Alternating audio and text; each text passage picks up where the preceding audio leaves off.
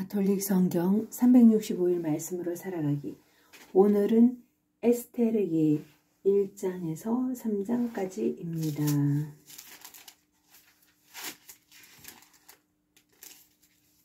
에스테르기 1장 모르도카이의 꿈. 크세르크세스 대왕 통치 제2년 니산달 초하룻날 모르도카이가 꿈을 꾸었다. 그는 베냐민 지파 출신으로 그의 아버지는 야이르, 할아버지는 시므이, 증조부는 키스였다. 수사 성읍에 사는 유다인인 그는 왕궁에서 봉직하는 사람으로 중요한 인물이었는데 바빌론 임금 네부카드네자르가 유다 임금 여콘야와 함께 예루살렘에서 잡아온 포로들 가운데 하나였다. 그가 꾼 꿈은 이러하다.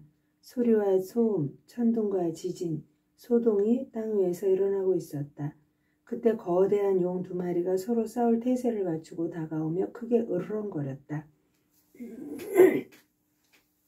그들이 으르렁거리자 모든 민족들이 의로운 민족을 치려고 전쟁을 준비하였다.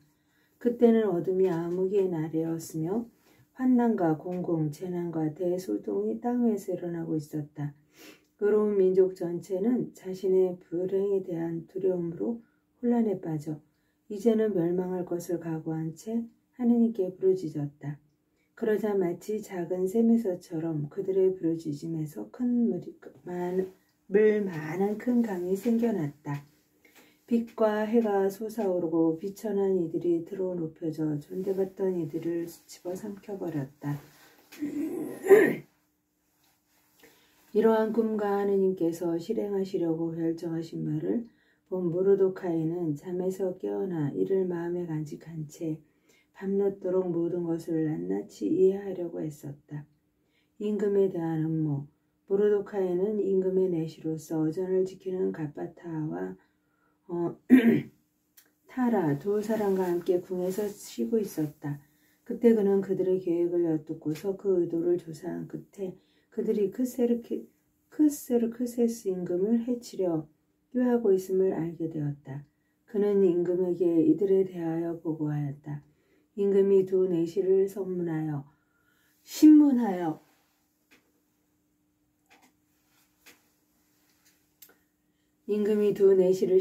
그들이 자백하자 그들은 형장으로 끌려나갔다. 임금은 이 사건을 잊지 않도록 기록하게 하였으며 모르도카이도 이 사건을 기록하였다. 그러고 나서 임금은 모르도카이에게 궁전에서 봉직하도록 명령하고 이 일에 대하여 선물을 하사하였다. 그런데 어전에서 존대받는 이로부게아 사람 함무다타의 아들 하만이 있었는데 그는 임금의 2 내시일 때문에 모르도카이와 그의 민족에게 해를 입히려고 꾀하였다. 크세르크세스 임금이 잔치를 베풀다. 크세르크세스 시대의 일이다. 이 크세르크세스는 인도에서 에티오피아까지 이르는 127개 주를 다스리고 있었다. 크세르크세스 임금이 수사 왕성에 있는 그의 왕자에 앉아있던 때이다. 그는 통치 제3년에 대신들과 시종들을 위하여 잔치를 베풀었다. 페르시아와 메디아 군대 장수들과 각 주의 귀족들과 대신들이 그 앞에 모여들었다.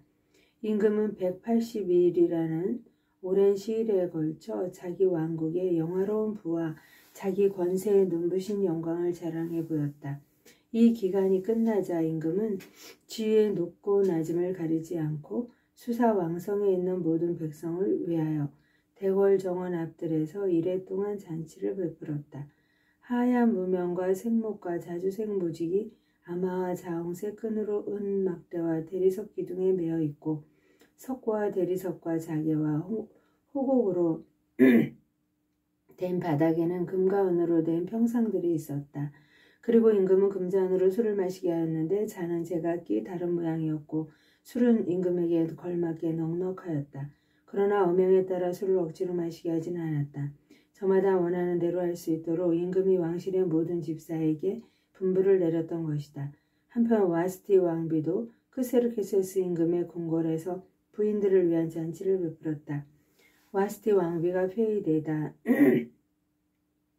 7째 날 술로 기분이 좋아진 크세르크세스 임금은 무후만 비즈타, 하르보나, 빅타, 아박타, 제타르, 카르카스 등 자신을 섬기는 7내시에게 명령하여 와스티 왕비에게 왕관을 씌워 이전으로 데려오게 하였다. 그의 용모가 엿보기 때문에 그 아름다움을 백성들과 고관들에게 보여주려는 것이었다. 그런데 와스티 왕비는 내시들을 통하여 전달된 임금의 분부를 받들어 나오기를 거절하였다. 임금은 몹시 격분하여 속에서 분노가 타올랐다. 그래서 임금은 절기를 아는 현인들에게 문의하였다.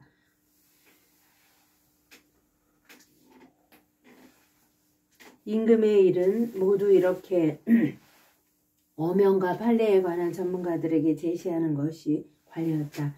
그의 곁에는 페르시아와 메디아의 7대신인 카르스나, 세타르, 아드마타, 타르시스, 메레스, 마르스나, 무무칸이 있었다. 이들은 임금의 측근으로서 왕국에서 첫째가는 지위에 있는 사람들이었다. 내시들을 통하여 전달된 이 크세르크세스 임금의 명령을 이행하지 않았으니 법대로 하자면 와스티 왕비를 어떻게 해야겠소? 하고 임금이 물었다. 그러자 무무칸이 임금과 대신들 앞에서 말하였다. 와스티 왕비는 임금님만이 아니라 크세스 임금님의 모든 주에 살고 있는 대신들과 백성들 모두에게도 잘못을 저질렀습니다. 이는 왕비의 일이 모두 부자녀들에게 알려져서 그들이 크세르크세스 임금님이 와스티 왕비를 어전에서 데려오도록 명령하셨는데도 왕비는 나오지 않았다 하면서 제 남편들을 업신여기게 될 것이기 때문이다. 바로 오늘부터 왕비의 일을 들은 페르시아와 메디아 대신들의 부인들이 임금님의 대신들에게 대거리를 나갈 터이니 경멸과 분노가 넘칠 것입니다. 임금님께서 좋으시다면 왕명을 선포하시고 철회할 수 없도록 페르시아와 메디아 법령에 기록하시오. 와스티가 더 이상 크세르크세스 임금님 앞에 나타나지 못하게 하시고 왕비의 자리는 그보다 나은 여인에게 주십시오. 임금님께서 온 왕국에 내리신 명령을 듣게 되면 이 명령은 엄중한 것이니 모든 부녀자들이 위아래할 것 없이 남편을 공경할 것입니다. 이 제안이 임금과 대신들의 마음에 들었다. 그래서 임금은 무무칸의 말대로 실행하였다. 모든 남자는 제 집안을 다스려야 하고 자기 민족의 말을 해야 한다는 조서를 임금에게 속한 모든 주에 각 주의 글과 각 민족의 말로 써서 내려보냈다. 에스테르 2장. 에스테르가 왕비가 되다. 이런 일들이 있은 뒤 크세르크세스 임금은 분노가 가라앉자 와스티와 그의 행동과 그에게 내린 결정을 다시 생각하게 되었다. 그러자 임금을 모시는 젊은 시종들이 여쭈었다. 임금님을 위하여 용모가 엿빈 젊은 처녀들을 찾아내게 하십시오. 임금님께서는 왕국의 각 주에 책임관들을 세우시고 용모가 엿본 젊은 처녀들을 수사왕성의 후궁에 모아들이게 하시어 궁녀들의 관리인인 임금님의 넷이 회계의 관할 아래 두시고 몸단장을 시키게 하신 다음 임금님 눈에 드는 처녀를 와스티 대신 왕비로 삼으심이 좋을 듯합니다. 임금은 그 말이 마음에 들어 그렇게 하였다. 그때 수사왕성에 유다 사람 하나가 있었는데 그의 이름은 모르도카이고 베냐민 지파 사람으로 그의 아버지는 야이르, 할아버지는 시므이, 증조부는 퀴스였다.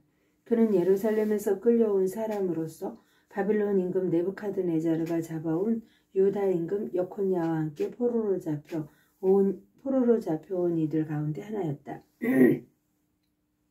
그는 자기 삼촌의 딸 하다사 곧 에스테르를 맡아 키우고 있었다. 그에게 아버지도 어머니도 없었기 때문이다. 그 처녀는 모습이 아름답고 용모가 예뻤다. 에스테르의 아버지와 어머니가 죽자 모르도카이는 그를 자기 딸로 맞아들였다. 임금의 분부와 어명이 공포되어 수많은 처녀들이 수사왕성으로 회계의 관할 아래 드려질 때 에스테르도 왕궁으로 들어가 궁녀들의 관리인 회계의 관할 아래 있게 되었다. 이 처녀는 그의 눈에 들어 총애를 받았다. 회계는 서둘러 그에게 몸단장에 쓰는 것들과 음식을 주고 왕궁에서 뽑힌 시녀 7을 배정하여 그와 시녀들을 후궁에서 가장 좋은 방으로 옮겨주었다. 그런데 에스테르는 자기의 민족과 혈통을 밝히지 않았다. 모르도카이가 밝히지 말라고 그에게 명하였기 때문이다. 모르도카이는 에스테르가 잘 있는지 그에게 무슨 일이 일어나는지 알아보려고 날마다 후궁 뜰 앞을 서성거렸다. 처녀들은 후궁 여인들의 규정에 따라 12달이 지나면 각자 크세르크세스 임금에게 차례대로 나아가게 되는데 6달 동안은 몰약 향유로 나머지 6달 동안은 발상과 여성용 화장품으로 몸을 다듬었다. 이 기간이 끝나 처녀가 임금에게 들어갈 때면 원하는 것은 무엇이든지 갖추어져 후궁에서 왕궁으로 보내졌다. 저녁에 들어갔다가 아침에 돌아오는데 이때는 4명 부두를 관리하는 임금의 넷이 사하스가즈 관할 아래 다른 후궁으로 들어갔다. 그리고 임금이 그를 좋아하여 직접 호명하지 않으면 더 이상 임금에게 나아가지 못하였다. 마침내 아비하일의 딸로서 사촌 무르도카의 양녀가 된 에스테르가 임금에게 나아갈 차례가 되었다. 그런데 그는 궁녀들을 관리하는 임금의 넷이 헤게가 정한 것 말고는 아무것도 청하지 않았다. 에스테르는 그를 보는 모든 이들의 귀염을 받았다. 이렇게 에스테르는 궁궐로 크세르크세스 임금에게 불려가게 되었는데 그의 통치 제7년 열째 딸인 테벳 딸이었다. 임금은 다른 어떤 여자보다도 에스테르를 사랑하게 되어 그는 모든 처녀들보다 임금의 귀여움과 총애를 더 많이 받았다. 임금은 에스테르의 머리에 왕관을 씌우고 그를 와스티 대신 왕비로 삼았다. 임금은 대신들과 시종들을 위하여 큰 잔치를 베풀었다. 이렇게 에스테르의 잔치를 벌이고 모든 주에 면세를 베풀며 임금답게 풍성한 선물을 내렸다. 모르도카이가 역적 모의를 밝혀내다. 처녀들이 두 번째로 모집될 때 모르도카이는 궁궐 대문에서 근무하고 있었다. 에스테르는 모르도카이가 명한 대로 자기의 혈통과 민족을 밝히지 않았다. 모르도카이의 양육을 받을 때처럼 에스테르는 그가 말한 대로다 하였다. 모르도카이가 궁궐 대문에서 근무하고 있을 때에 어전지기들 가운데 빅탄과 테라스는 임금의 넷이 둘이 불만을 품고 크세르크세스 임금을 해치려 꾀하였다. 이 일이 모르도카이에게 내려져 그는 에스테르 왕비에게 알리고 에스테르는 이를 모르도카이의 이름으로 임금에게 고하였다. 이 사건이 조사되어 사실로 드러나자 두 사람은 말뚝에 매달리게 되었다. 이 일은 임금 앞에서 궁중일지에 기록되었다.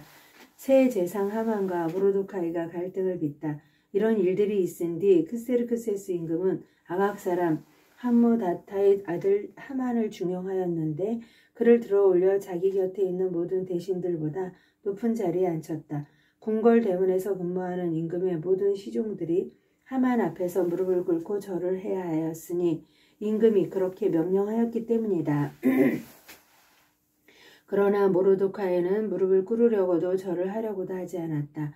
그러자 궁궐 대문에서 근무하는 임금의 시종들이 모르도카이에게 자네는 왜 임금님의 명령을 거역하는가 하고 말하였다. 그들이 그에게 날마다 권유하였지만 모르도카이는 끝내 듣지 않았다. 그래서 그들은 자기는 유다 사람이라고 하는 모르도카이의 말이 얼마나 오래가는지 보려고 하만에게 보고하였다. 하만은 모르도카이가 무릎을 꿇지도 절을 하지도 않는 것을 보고 노기로 가득 찼다.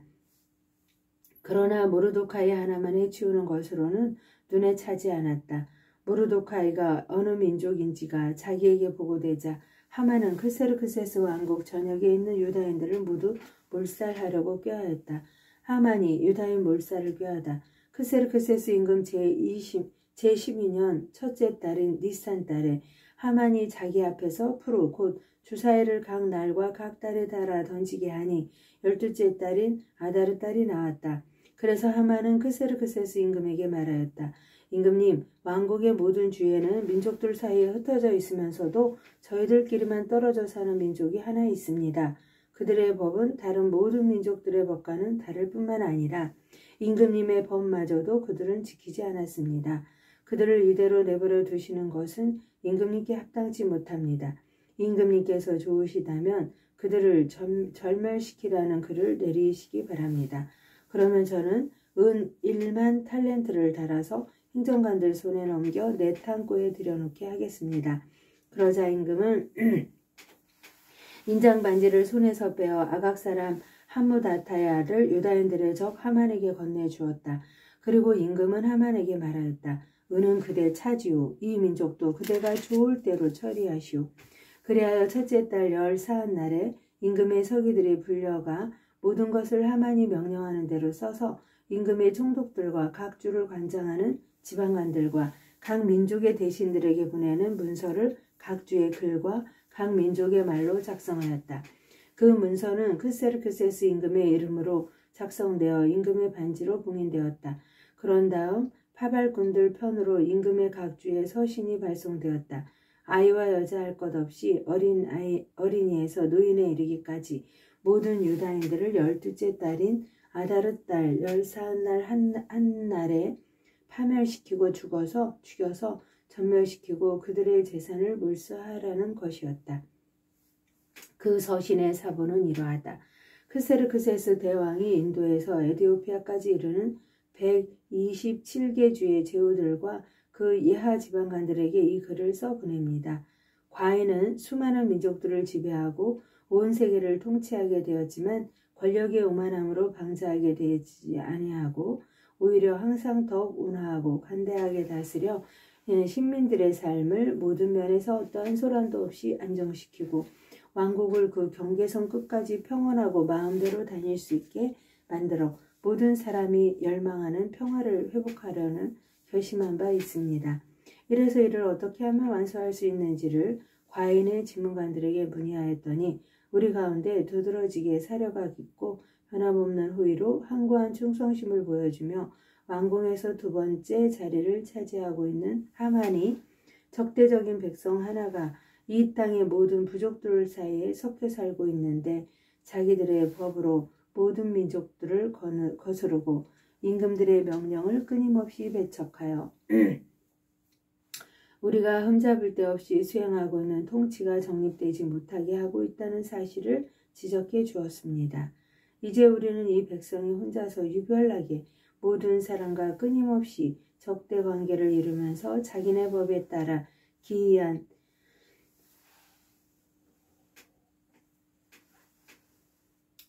기이한 생활 방식으로 떨어져 살며 우리 일에 나쁜 감정을 품고 극악한 짓들을 저질러 왕국의 안전을 위협하게 이르렀다는 사실을 깨닫게 되었습니다. 그래서 과인은 이렇게 명하는 바입니다. 국사를 관정하는 자리에 있으면서 우리에게는 제2의 아버지인 하만이 여러분들에게 보낸 문서에 명기된 자들을 금년 12째 달인 아다르 달 14날에 여자와 아이들을 막론하고 모두 인정사정 전혀 볼 것 없이 그들의 원수들의 칼로 뿌리째 절멸시켜 예나 지금이나 적대적인 자들이 단 하루에 저승으로 세차게 떨어져서 앞으로 우리의 국사가 안정과 안녕 속에 수행될 수 있게 하십시오. 그리고 이 문서의 사본이 각 주의 법령으로 선포되고 모든 민족들에게 공포되어 그날에 대비하게 하였다. 파발꾼들은 임금의 분부를 받고 급히 달려나갔다. 어명은 수사왕성에도 선포되었다. 임금과 하만은 술자리를 가졌지만 수사성읍은 혼란에 빠졌다. 하나님의 영광을 위하여 성모님과 함께 감사드리며 봉헌하나이다.